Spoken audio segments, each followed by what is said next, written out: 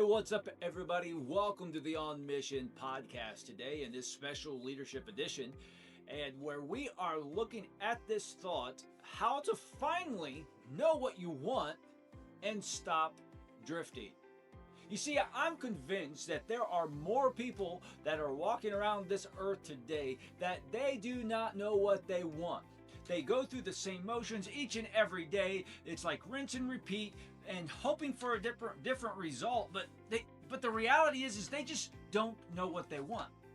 And what if the reason today that you feel stuck, it's not because you're lazy, it's not because you are overwhelmed, and it's not because you don't have the right skills, it's because you don't actually know what you want. And if you don't define what you want in your life, in your relationships, in your faith, and in your marriage, and in your business, let me tell you, the world will assign it to you. So today I'm going to walk you through a 6-point clarity framework to help you define what you actually want in life and in your business. And so this is a same process that can be used to eliminate reactive busyness in our lives and actually build aligned strategy. What do we mean by that? It means that where everything is on point, it's all headed in the same direction. So if you've been winning at work and man, you feel off at home, or perhaps you're making a lot of money but you still just feel misaligned, I want you to stay with me, because by the end of this time together today, you're going to have the framework and the tools to be able to find out and discover what you actually want in your life. So let's jump in.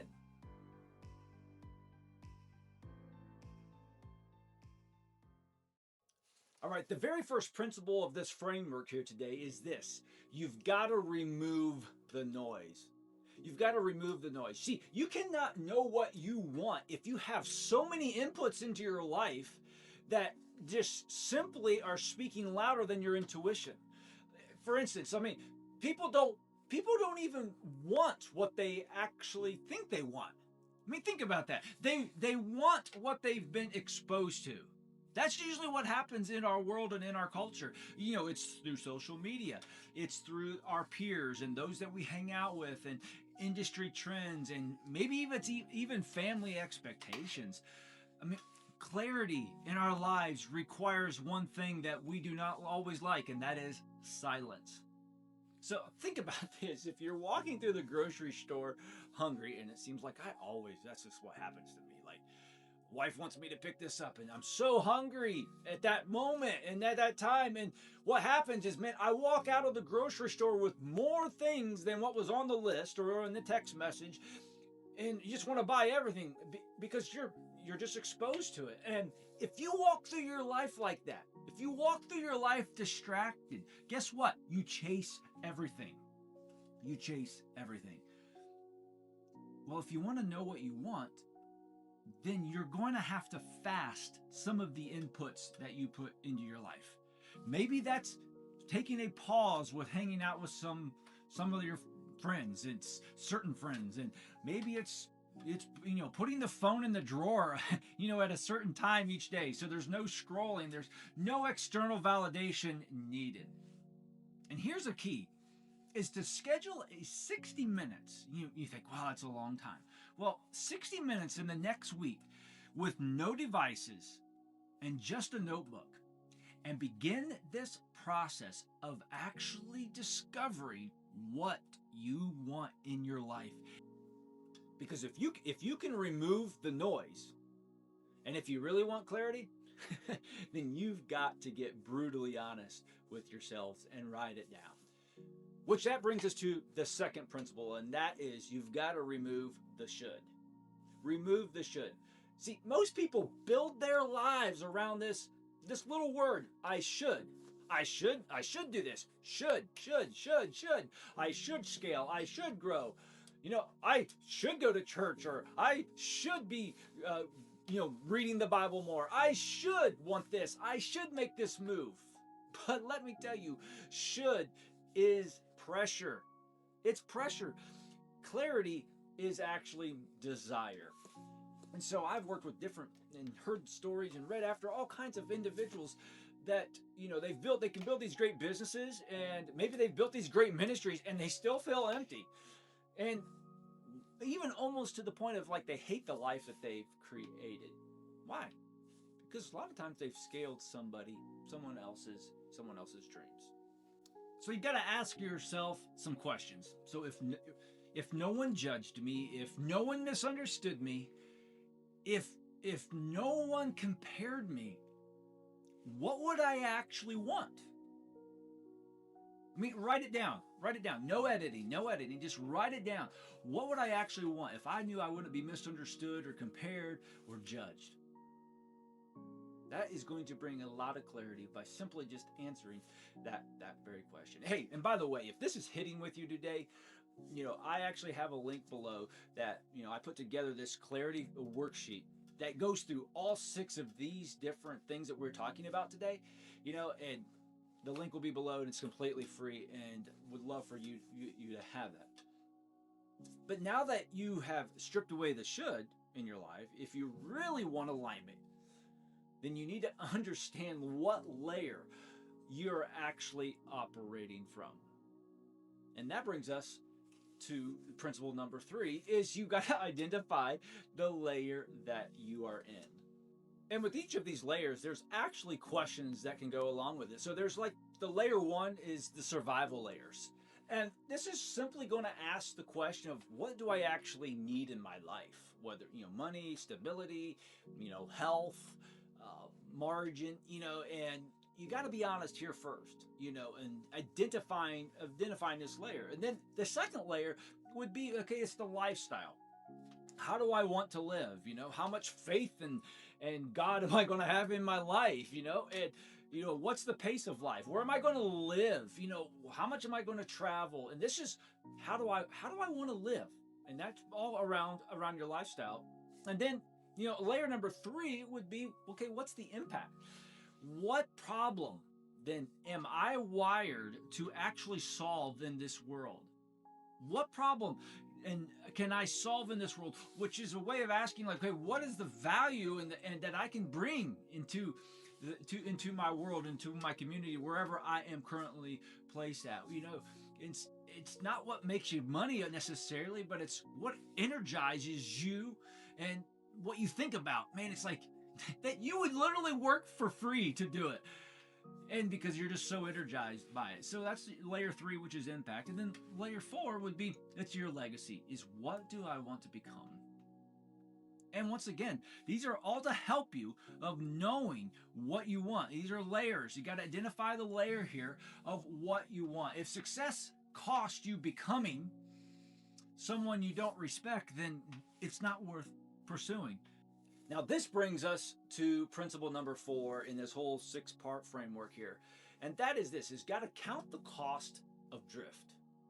Count the cost of drift. And you see, indecision actually feels safe in our lives. And I believe that's why a lot of people don't take action, is because this indecision, it shows up as indecision, but it's because it feels safe. I don't want to do this because I'm going to be misunderstood. I don't want to do that. I don't want to step out here and actually take a stand on something. Why? Because, I might be judged. And so this indecision actually feels safe in our life. But let me tell you this, that leads to drifting, and drifting is expensive. It's expensive because when you don't know what you want, then guess what happens? You actually then overcommit. You're saying yes to everything, or maybe you pivot just all the time. You're pivoting constantly in your life and trying to do different things. And if that's in your business, it's like, oh, rather than try to get one thing perfected and, stable and sustainable, it's like you're always on to the next thing. And another way is you maybe hire reactively. You're like, oh, I'm going to bring in this person and that person, and it's not thinking through in a bigger picture. This is all comes down is when you don't know what you want, then these things can take place, and they'll cost you, and that's what drifting does. Is expensive. You see, confusion at 2 people in your company, hey, that's like that's not a huge. That's just just regular confusion. But if you bring in, say you have a team of 10, 20, or if you have a team of hundreds, and there's that, it's like chaos then. And so a blurry vision will always scale dysfunction. And so if you don't choose direction, then every road feels urgent. This is the importance of helping you to know what you want, to know what you want. And so, write this down in your notebook. Is if I don't define what I want, if I don't define what I want in the next 12 months, what actually happens? And I want you to be specific with this. If be specific, this is what happens. It's whether it's in revenue, it's in energy, it's in your marriage, it's in your relationships, it's in health, it's with your team. What will it look like? What will happen if I don't define what I want? Because once again, it sounds so simple, but yet it can be complex. But once you actually establish this, my friends, hey, then it becomes easier. You've got to make the cost visible, though, of if I don't know what I want, what's it actually going to cost me? And now that you've seen the cost, and if you really want alignment in your life and in your business, then you need to design forward. And that brings us to principle number 5 here, and that is this, is design the 5-year plan. And I know especially in the business world, there will be people that, you need to have a 10-year target. And I know of one leader that says, especially for your individual life, think in 25 years. What do you want in 25 years? And then think backwards of what you have to do to achieve those things in 25 years. But we're going very simple here of just design the 5-year picture. And most people think in tasks, like I got to do this and give themselves check mark, but leaders think in trajectory. Like, this is where I want to become, and this is what I want to do. This is what I want to accomplish. Typically, that's what leaders are going to be thinking, is thinking in a trajectory. But that requires them knowing what you want. And that plays a part in designing this 5-year picture. You don't need a perfect 5-year plan, but you just simply need a direction. At the end of 2025, I actually laid out for me and my family, I call it Mission 2030. And it's what I want to have accomplished by the end of year 2030, December 31st, 2030, what I want to have accomplished. And then I've broken it down. Some call that reverse engineering. Is okay, by each year, this is what I'm going to need to accomplish to be able to achieve and to accomplish Mission 2030. What are you talking about? It's talking about, okay, I know what I want. And I want you to know what you want, and it comes by designing this 5-year picture. And so, I want just to close your eyes just for a moment. Now, if you're driving down the road to listen to this, obviously don't. But I want you just to close your eyes and fast forward 5 years, okay? Where are you living? What does your calendar look like? What does your family look like? What does your faith even look like? What's your faith community look like? And just begin to try to envision that. Okay, what does it look like in 5 years? And let your mind just go with that, and not to think in just restraints, and you have to have it all figured out today. That's not the point. The point is to think of, 5 years down the road, where do I want to be? Who's around me? What is my community? What does my friends look like? And then you have to ask yourself, is the current strategy that I'm on, and the current way that I'm living, the current way that I'm going about my day-to-day life, is it actually leading toward that, or is it misaligned? Is it helping you to achieve that and taking steps to achieve that, or is it actually becoming a bottleneck and it's actually going to hinder you from doing that? Because your calendar reveals your desires, folks. It reveals what's important to us. And so I want you, in your notebook there, write one paragraph of just describing your life. Describing your life 5 years from now in detail. And maybe it might change in the next year. Don't worry about that. You just start from today. Where do I want my life in 5 years? And then if you have you're a business leader, and does my current business model actually support this? Does my current business model actually support this? And then if you begin to share this 5-year plan to those around you, you may get a little bit of feedback and criticism, but who cares? It's your life. But yet it's also going to attract the right people in your life too. Because it can be a magnet, because when somebody has a big vision and a big idea and something they want to go after, there's something that is exciting about that. I want to be around that person. I want to know. I want to feed off that energy. And that is so important if you just know what you want. So this principle number 5 is design the 5-year plan. And now that you've designed this 5-year plan, you've designed forward, then it comes time for the final step. And that's what most people skip.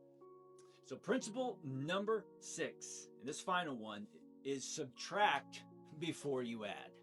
Subtract before you add. See, clarity doesn't come from adding more things in our life. Clarity doesn't come from just, being the magnet of everything around us in our culture. It actually comes from eliminating what doesn't fit. And sometimes it's uncomfortable, but it's necessary, because most leaders don't need new opportunities. They just need fewer misaligned ones, and not always chasing the glittery things over here. It's just a renewed focus. And that comes from subtracting before you add. I mean, think of a sculptor. Think of a sculptor who is forming the clay and using certain utensils. They're not, making that image or that sculpting that by adding more clay. They're actually making it by removing it. And think about that. The masterpiece, it's not created by adding, but by subtracting. It's revealed by removing what doesn't belong. And that's what we got to have in our lives too, because simplicity scales. Simplicity will scale, and complexity collapses things. And so one thing that you can do in this area is to create a stop doing list. You know what? Like, I know we make a to-do list, but why don't you make a stop doing list and stop what drains you? Stop what drains you. Now, don't. I can just hear some people being like, "Well, Hyde, cleaning the house drains me." Well, I'm talking more in our business and our leadership here, folks. But stop doing what doesn't move the mission forward. Stop doing things that simply exist because of your ego. I mean, stop doing what exists because you're just afraid to let it go. Remove one thing this week. I challenge you. Just remove one thing and see what happens. And then you can move on to the next, because the bottom line is this, is we're talking about you got to subtract before you add. Remove one thing and see where it goes. Now, we've gone over all these 6 of these different principles in this framework. And once again, if you'd like to have it, you can just click the link below and be happy to get that to you. And if this has been helpful to you today, I would love for you just to, share it with somebody else who may be busy, but is drifting in their life. And that can help them to know what they want so they can stop the drift.